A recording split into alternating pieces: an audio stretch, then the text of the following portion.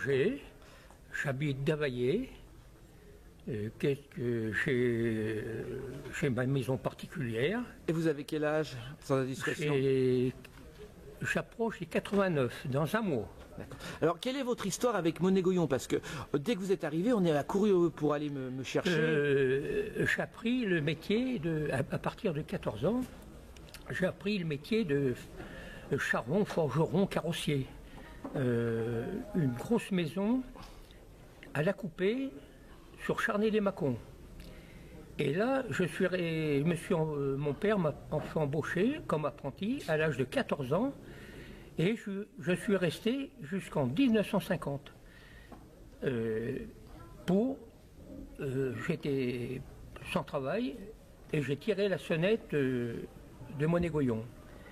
Parce que Monégoyon, j'avais quand même pas les portes ouvertes pour moi, mais quand je me suis présenté au chef du personnel Courtois à ce moment-là, j'avais 45-50 ans, et sa secrétaire c'était Janine Fontaine, la femme du maire de Davaillé. D'ailleurs, elle va peut-être venir, elle va venir, il paraît. Elle a prévenu monsieur. Alors, là, ma femme travaillait à la charcuterie Jacob, le charcutier en face l'usine, en face la porte de l'usine. Mon père était concierge. À partir de 55 ans, il a été concierge jusqu'à 65 ans à cette usine Monégoyon. Alors j'arrive, je vais voir le patron de ma femme. Ma femme était serveuse. Il n'y avait plus de patronne depuis 7-8 ans qui était morte. Ma femme avait 20 ans, comme moi, elle était serveuse. Alors je lui ai dit, monsieur Jacques, il me dit, qu'est-ce qui vous arrive à cette heure-là, 9h du matin? Alors je dis, je viens de me disputer avec mon patron, et puis je suis sans boulot. Ma femme arrive en larmes, elle avait 20 ans. On avait 21 ans, on était jeunes mariés. Oh, elle m'a dit, Roger, t'auras plus de salaire. Oh, mais j'y vais, t'en fais donc pas. Et puis monsieur Jacob, son patron, c'est un gars qui comme tous ceux qui m'a parrainé. Oh, il me dit, mais vous cassez pas la tête, Yvette. Roger, foncez chez Monégoyon. C'est votre père qui est concierge aujourd'hui. Oui, et bien rentrez. Et vous allez au personnel. Là, vous allez trouver Courtois, bien sûr, chef du personnel, et vous allez trouver Armand Pagneux, directeur commercial. Un monsieur comme ça. Un monsieur qu'on va reparler dans ma conversation plus tard, parce que le bicylindre de 1937, qui est en photo partout chez vous, là, et qui est à l'expo, il appartenait à monsieur à monsieur Pagneux, Armand. Il était en sidecar. Il était chez monsieur Hugrel à Serrières. il est là à l'expo. Il est là, oui, voilà. Alors je le connais, ce sidecar, j'ai monté dedans maintes et maintes fois. Et il était entraîneur de l'ASM. Alors parce que en plus, j'avais de l'or dans les doigts, et puis j'avais de l'or dans les jambes. J'ai été champion de Bourgogne du 800 mètres, du 400 mètres, que sais-je, moi j'ai été sélectionné pour le kilomètre national à Paris avec tous les internationaux français. C'était grâce à M. Pagneux qui m'a drivé. C'est un gars très sévère. Très sévère. Ah, avec lui, il fallait une ligne de conduite droite. Et quel a été Mais j'étais dans ces éléments. D'accord, très bien. Et dites-moi, quel était votre premier poste alors à Monégoyon? Le premier travail que vous avez fait quand vous êtes rentré à l'usine? Là où vous étiez... Bon, alors, attendez. Mais Bleton, mais vous vous rendez pas compte. Vous aviez un patron, vous étiez bien. Mais lui, il pensait à la course à pied, il pensait au Crétarium suivant à Lyon ou à Besançon. Mais il dit alors, mais et la course à pied, ça va être tout par terre, ça, vous voyez. Il luttait sur plusieurs fronts.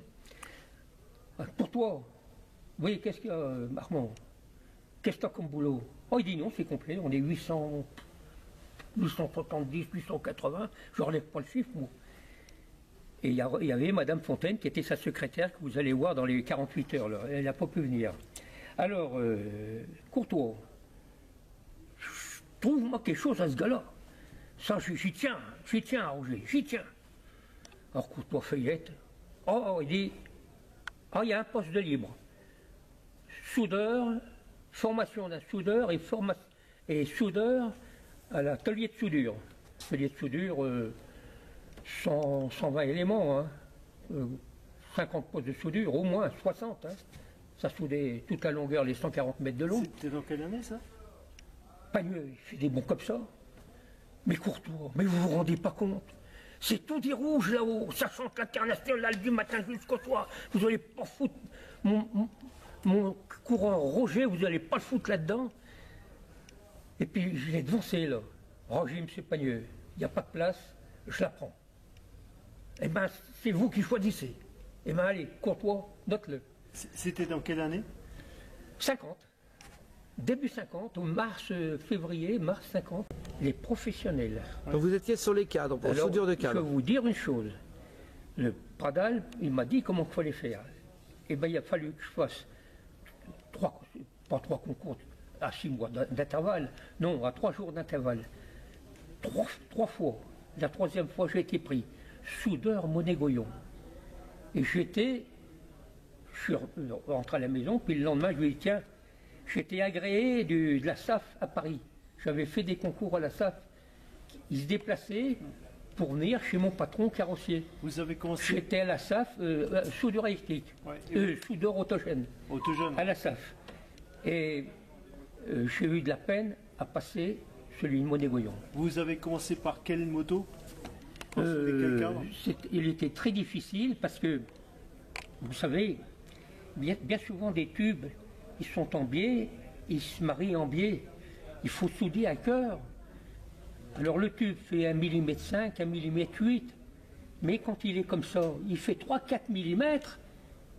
Vous savez, la ferraille qui est accolée les unes contre les autres. Donc il faut aller à cœur. Il faut que votre soudure à la cœur soit percée à cœur. Donc les soudeurs de chez Monet-Goyon, il y en avait agréés, il y en avait bien 30, oh oui, même une trentaine de tables. Ben, c'est des gars qui pourraient aller n'importe où en soudure, n'importe où. Et vous avez commencé sur quel modèle de moto? Oh là, tout. Là, c'était les 100. Et Tous les 100 à ce moment-là, 50. 100 et 125. Les premières La SSV? 200, elle a dû sortir en 51, 52, hein, c'est ça? Oui. Puisque j'en ai eu une en 52, La oui. M2V? 50 ou 52, oui. Mais c'était les 100. Les 100, oui. Oh, c'était la bête de bataille. On en sortait en moyenne, entre 100 et 125, on arrivait à dépasser 100 de moyenne par jour, on arrivait à 120. Incroyable, hein, avec 800 et quelques ouvriers. Hein. C'était tout juste après la guerre, dans un petit bal qu'avait souffert. Sur une piste de misère, il y en avait deux à découvert. Parmi les gravats, ils dansaient. C'était des noms, c'est pas des bons dieux, mais c'est des gars qui aimaient leur boîte, qui faisaient du... Vous avez Mais quelques noms? ça dérivait de l'autre côté, hein. Il y en a bien d'autres. Et Blondeau, il n'est pas passé par le truc de connaissance. Pradal dit, ça y est, t'as gagné la moitié du procès. Il dit, pourquoi? Ben, il savait ce que j'étais capable de faire, certainement. Blondeau, article dans le journal, la maison Monet-Goyon recherche un taulier formeur pour en vue de travaux très intéressants. Quoi. Et justement, dans ces travaux intéressants, Voilà, il y avait quel type le de rendez-vous, 9h du matin, tôlerie. Mon rendez-vous était vite prêt. Je posais mon chalumeau, je suis parti. D'accord. On avait un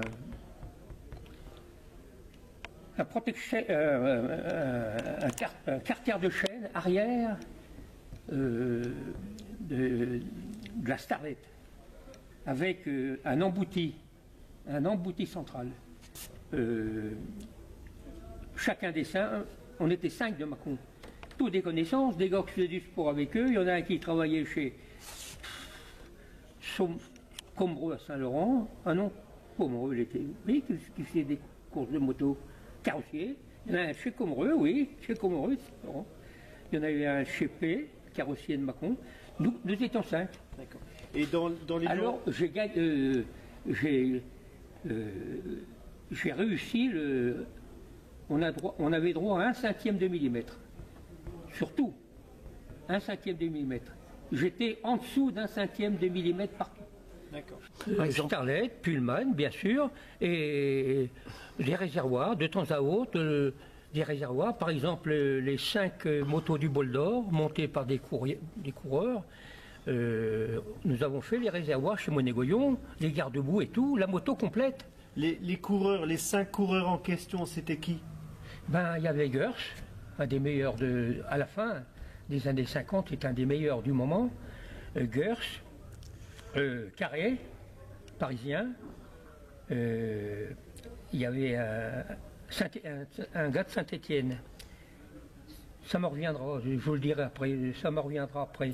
Et puis je pense que c'est les frères Monnery à ce moment-là. Je vois pas d'autres coureurs à Paris, un champion du monde, oui. Il était champion du monde, Monnery, oui. Vous voyez, c'est les frères Monnery, pour les 24 heures du Mans. Donc ils avaient allongé la monnaie pour l'avoir. Hein. Mais il n'y en a pas une qui a fini. Hein. Pas une. À cause des problèmes de sémentation. Voilà, c'est ça. Ça n'a pas tenu. Ça n'a pas tenu. Les boîtes de vitesse. Parce qu'on ne peut pas croire dans un rallye, dans une course, on ne peut pas croire l'usure que peut avoir toutes les pièces d'une moto. Le gars qui achète une moto, il dit je veux faire 150 000 avec, peut-être. Mais en se baladant avec sa bonne femme sur le Tansade à 35 à l'heure. Mais j'ai vu des choses, je continue là-dessus. Oui, bien sûr. J'ai vu des choses Atelier prototype. au prototype. Le rallye, le monsieur qui a fait le rallye, il va peut-être venir demain. Henri, il était un des 5 coureurs. À ce moment-là, il y avait Gers, Bouillard de Saint-Étienne. Il est devenu chef des Ligiers, des voitures Ligier. C'est un monsieur, hein. Bouillard. Alors, Carré, Bouillard, de Saint-Laurent, le taulier de Saint-Laurent, il est dans le livre tu m'as connu là. Jean Goyard. Oui, bien connu, un gros costaud. Et puis, il y avait Carré de Paris, bien sûr. Et puis, il y avait Henri. Son père était chef d'atelier. Et sans Henri, je vais vous ouvrir le registre de l'Henri. L'Henri, c'est lui qui a tenu l'usine Métallis à Charny-les-Mâcons, qui faisait les... Il a encore 7 brevets où il touche pour souffler dans les ballons, dans les voitures, les plaques minéralogiques phosphorescentes. Il a encore tout ça. Alors, au niveau prototype, il paraît que la Pullman, vous y êtes pour beaucoup sur la moto Monégoyon Pullman. Oui. Qu'avez-vous fait en prototype? Complet. C'est-à-dire, il y avait le cadre. Mon chef m'a dit, tu ne vas pas le faire là. Le chef des prototypes, comment il s'appelait Monsieur Gers? Oui, ils sont... Monsieur Bonin? Ah non. Oui, il tient à ce que tu sois là-haut. Mais quand j'aurai besoin de toi, tu descendras, tu pourras arrêter 1 heure ou 2 quand tu aurais des choses difficiles à faire. Juste le nom du responsable de l'atelier prototype. Oui, c'est le père Bonnet. Ah, d'accord. Bonnet, d'accord. Bonnet. Le père de Noël Bonnet, Oui, d'accord. voilà. Il était responsable. C'est-à-dire, il était dénommé comme metteur au point. Qu'est-ce que ça voulait dire, metteur au point, mécano, voilà. Bon, alors j'ai vu à peu près tous les modèles passer au banc. Aussi bien une Adler, championne du monde, qu'une Vincent, championne de la Côte de la Pise. Elle rentrait en douce dans des casiers de bois, démontés, tout, casier de bois, puis ça repartait. C'est-à-dire que Monégoyon, vous faisiez venir des motos d'autres marques. On ne copiait pas. Alors, vous allez voir. Ah, ça, c'est un scoop. Vous allez voir, on était tous les 5 autour. Le taulier, celui qui faisait le cadre, le père Bonnet, tout, on était tous les 5 autour. Ils ont passé la 250 Adler avec le pot Adler, et ils ont passé la 232 Monégoyon 250 avec le pot Monégoyon. On a pris le pot Adler, on l'a mis sur le Monégoyon, on a pris le pot Monégoyon, on l'a mis sur Adler. Bon, je donne des chiffres plus ou moins précis, mais je vais les donner avec une différence que, comme je vous connais, vous allez comprendre. Adler, allez, Père Bonnet est là, terre sur les manettes, on monte à, comme Adler le demande à ses clients, en 2800, j'en sais rien moi, à peu près. Une moto ne peut pas monter plus, je crois pas à ce moment-là, mais 2800. 2800, donner 72 chevaux. Comme ça, hein. On enlève, met la Monégoyon avec le pot Adler. Ouais, le truc Monégoyon. Allez, la Monégoyon monte à 1510, 700 tours, je pense pas. Nous, c'est pas ça qui nous intéressait, c'était les chevaux que ça donnait au bout. 55, 56, 57 chevaux. Vous mettez le pot d'Adler sur la Monégoyon, une catastrophe. Pot Monégoyon sur Adler, catastrophe. Ça veut dire que les Allemands, ils étudiaient le moteur, mais ils étudiaient l'échappement. Et moi, j'avais 23, 24 ans. Là, j'avais une tête comme la table, hein. Il fallait taper dessus pour me faire sortir quelque chose. Je ne pouvais pas comprendre, qu'on disait, tiens, Bleton, tu vas perdre 3 mois, on va te payer comme à l'habitude, tu vas perdre 3 mois. Fabrique des pots d'échappement, à ta façon. À ta façon, vous voyez. Oui, je comprends bien, oui, bien sûr. Et puis on fait des essais au bout. Eh bien, on aurait gagné des chevaux chez Monégoyon. Mais c'est entre autres, c'est comme ça. Alors, il revient, votre copain? Oui, il revient, attendez. Oui, qui viendra certainement de moins. Je vous le présenterai. C'est un brave type, 84. Il vit de ses brevets. Oh, c'est un mariole. Mais enfin, son père, comme il est très très bon ouvrier, il réparait les machines chez Monégoyon. Parce que faut voir le hall des machines chez Monégoyon. Hein. Il y en avait 80. Hein. Les fraiseuses, les alaiseuses, les machines. C'est incroyable, hein. On ne peut pas y croire. Hein. Et tourner 14 heures, non, jour et nuit, en 3 et 8. Le père Pagneux, pas Pagneux, c'était le père, le nom va me revenir, c'était les 3 et 8. Alors l'Henri, si je viens demain, je le présenterai. Son père l'a fait embaucher, mais comme il ne savait rien foutre de ses 10 doigts à ce moment-là, où il n'avait pas envie de travailler, il s'est embauché au service course. Alors, Liège, Milan, là il y a un petit laïus. Enfin, Liège, Milan ou Rome, Liège, retour. Il y avait 5 Monégoyons, 5 232. Gers, Bouillard, Carré, Henri, et puis le gars de Salan, Sommereux. C'est ça, hein? Commereux. Bon. Alors, Gers, c'est un... Il était bavard, Gers, mais j'aimais bien Gers. On aimait bien le Beaujolais. On aimait bien les canons de Beaujolais, là, au prototype. Et puis, Gers, il dit au père machin, Bonnet, allez, on reste là. Lui, puis je sais pas, Bouillard, on reste là. Allez, démonte un moteur devant nous, là. On va voir ce que ça donne. Gers, ils attaquent au pied du galibier. Au pied du galibier, cassent son câble d'embrayage.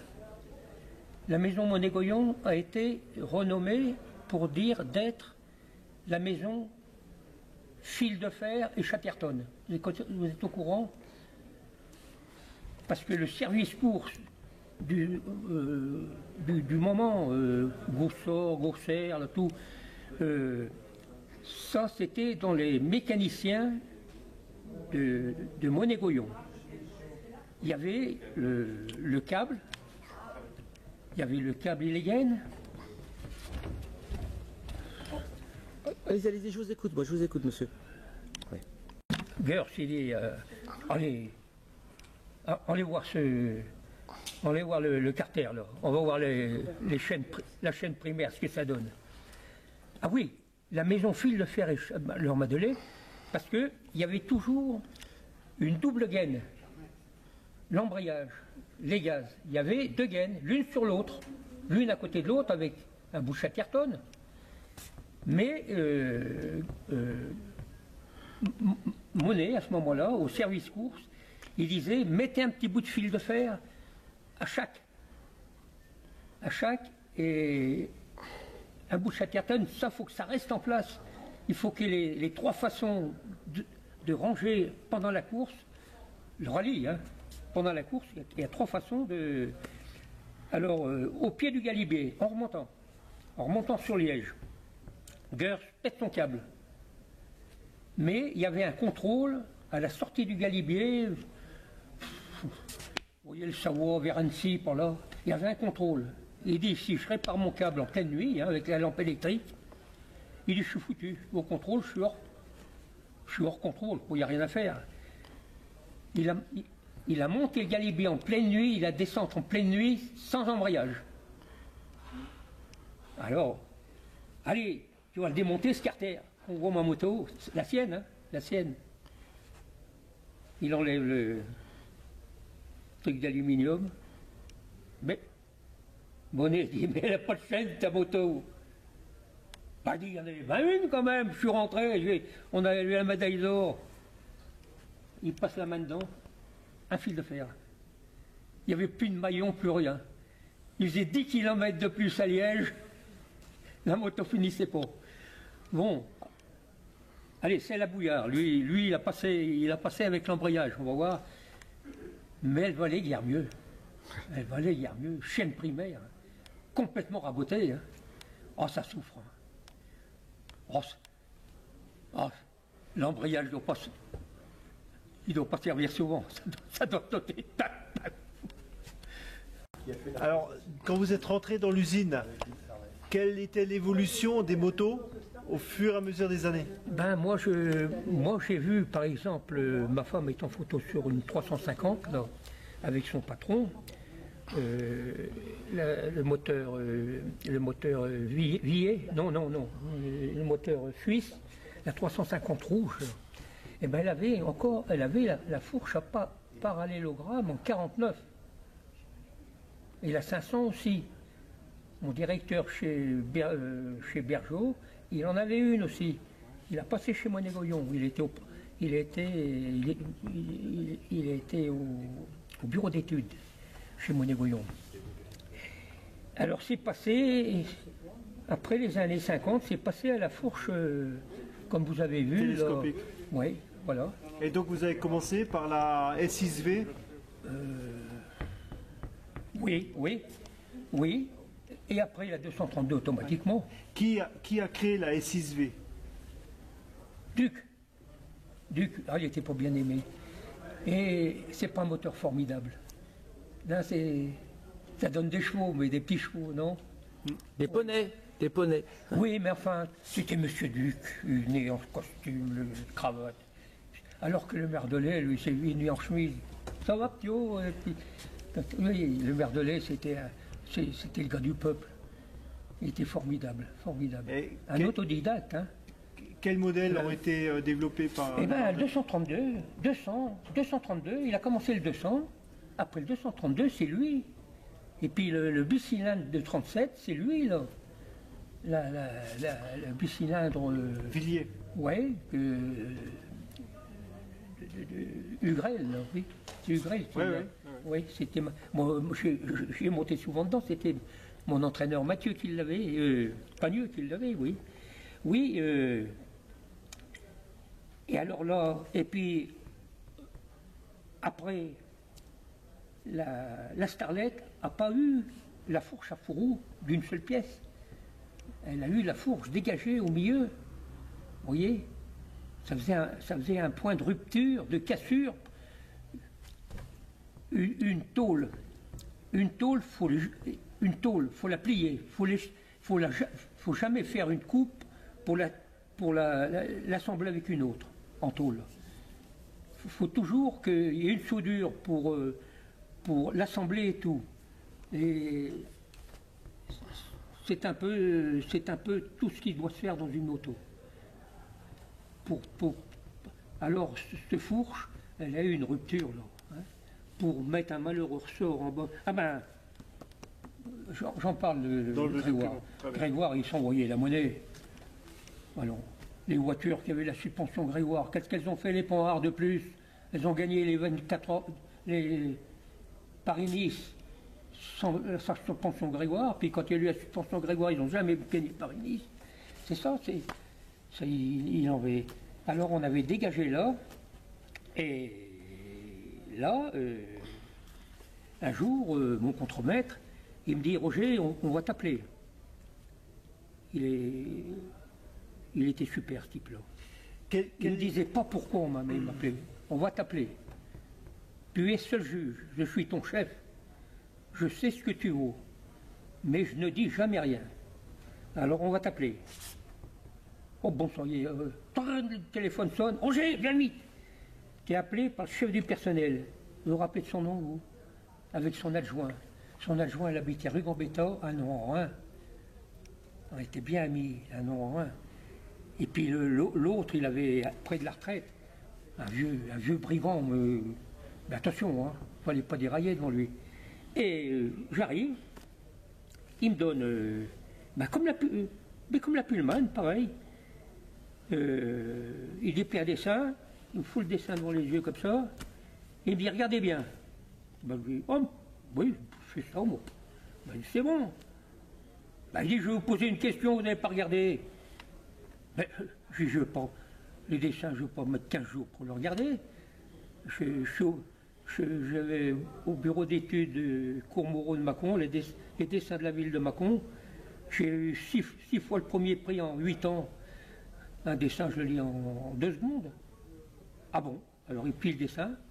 Alors il dit, puisque vous l'avez lu en 2 secondes, il y avait un fourreau. J'ai dit, oui, il y avait un fourreau, bien sûr. Est-ce que vous êtes capable de sortir un prototype dans la journée? Pas dans la journée, il était moitié parti. Dans une journée, je regarde mon chef, il a eu l'air de dire, c'est toi qu'on interroge. Je dis oui, d'accord.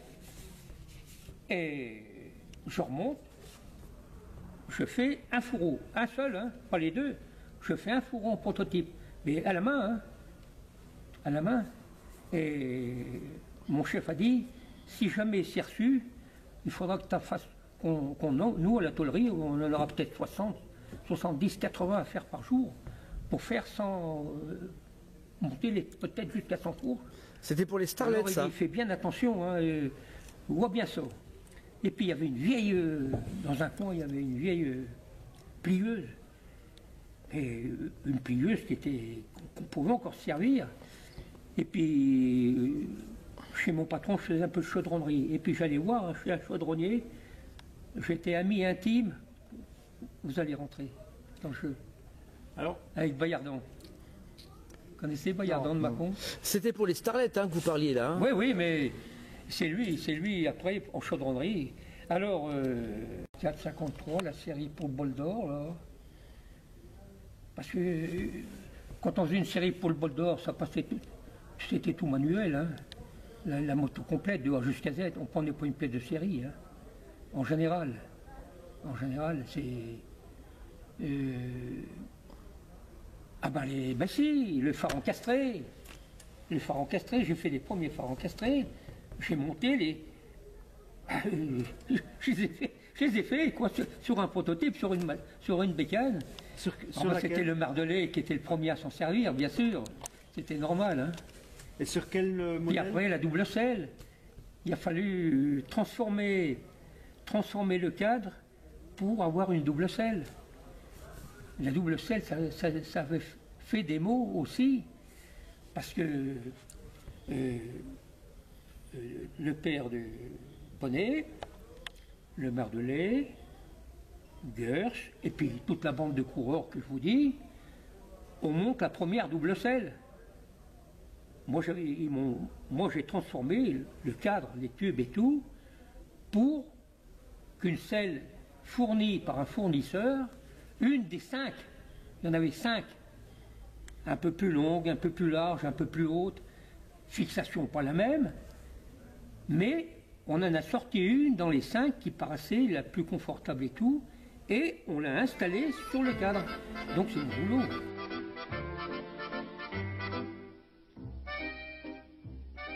C'était tout juste après la guerre.